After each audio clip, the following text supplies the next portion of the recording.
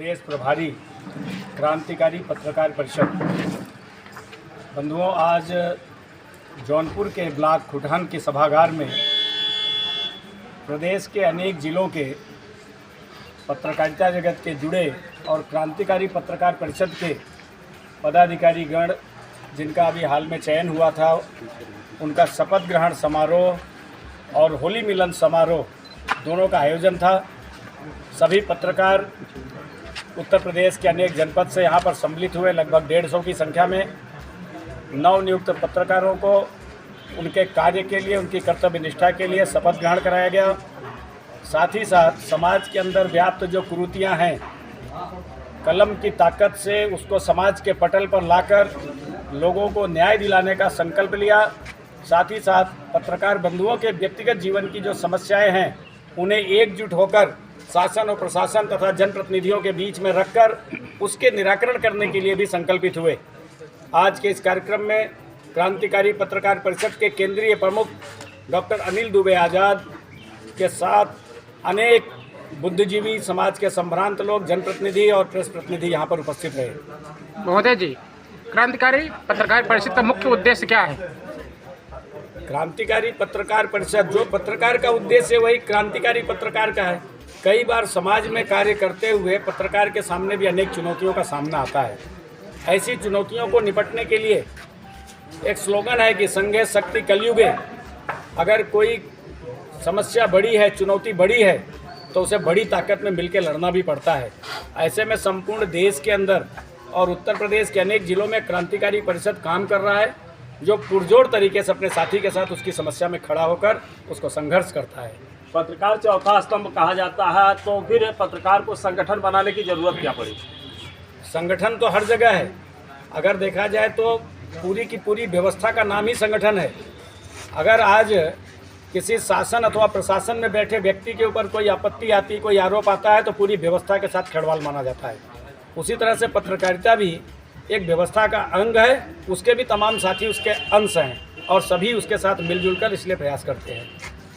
पत्रकारों के साथ लगातार संगठन कार्य कर रहे हैं, लेकिन क्या वो जो संगठन है वह संगठन प्रशासन पे भी कुछ चीज़ें ले जाके बात कर रहे हैं? क्योंकि आए दिन पत्रकारों की हत्याएं हो रही हैं, जिसको लेकर के संगठन तो काम कर रहे हैं, लेकिन अभी तक कोई सरकारी ऐसी नीतियां नहीं बनी है जो पत्रकारों के हक अधिकार की बात करता हो। इस पर पत्रकारों के लिए भी नीतियाँ बनी है, ऐसा नहीं है। प्रत्येक अखबार के मान्यता प्राप्त पत्रकार होते हैं, जिनको सरकार आवागमन के लिए सुविधा देती है, उनको मेडिकल की सुविधा देती है। साथ ही साथ अगर उनकी हत्या होती है या परिवार के साथ कुछ होता है तो उसकी भी व्यवस्था की जाती है। बहुत सारे पत्रकार ऐसे हैं जो मान्यता प्राप्त की श्रेणी में नहीं आते। उसके लिए जो संगठन है, ऑर्गेनाइजेशन, वो अपनी व्यवस्था बनाए।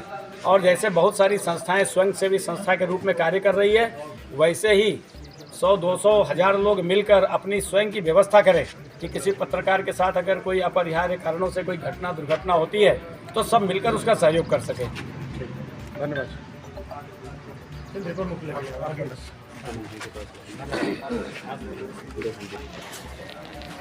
आज ये जो आयोजन हुआ उसमें बहुत ही सुंदर ढंग से सारी बातें रखी गई।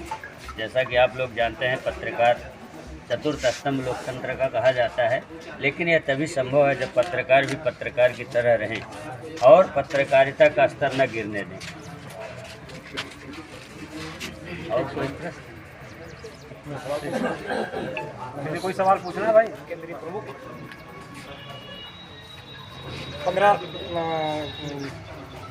23 जनवरी 2018 को इस संगठन की नींव पड़ी थी और आज कारवां आप लोगों के सामने है। क्योंकि हम नेता नहीं हैं, आप सभी साथी पत्रकार हमारे अंग हैं। आप लोग जान रहे हैं कि आज संगठन उत्तर प्रदेश के लगभग 50 जिले में कार्यरत है। देश के 12 से 13 स्टेट में संगठन काम कर रहा है।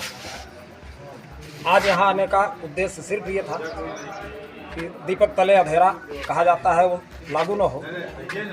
उत्तर प्रदेश के लगभग सभी जनपदों में कमेटियां काम कर रही हैं, गठित हो रही हैं, सम्मेलन हो रहे हैं, लेकिन जिले में 5 महीने से तैयारी के बाद ये कार्यक्रम आज संपन्न हुआ और सभी साथियों ने बढ़ चढ़ के हिस्सा लिया। अभी मैं देख रहा था, कुछ हमारे वरिष्ठ साथियों से सवाल पूछा जा रहा था। पत्रकार मीडिया इसको लोकतंत्र का चौथा स्तंभ कहा जाता है। किसने कहा चौथा स्तंभ? ये कौन बताया कि चौथा स्तंभ कहा जाता है, क्यों कहा जाता है? इस पर आप लोगों को गुस्सा नहीं आई कभी? कहा चौथा स्तंभ हो भाई, तीसरा क्यों नहीं हो, दूसरा स्तंभ क्यों नहीं हो, पहला स्तंभ क्यों नहीं हो? कोई साथी बताएगा क्यों?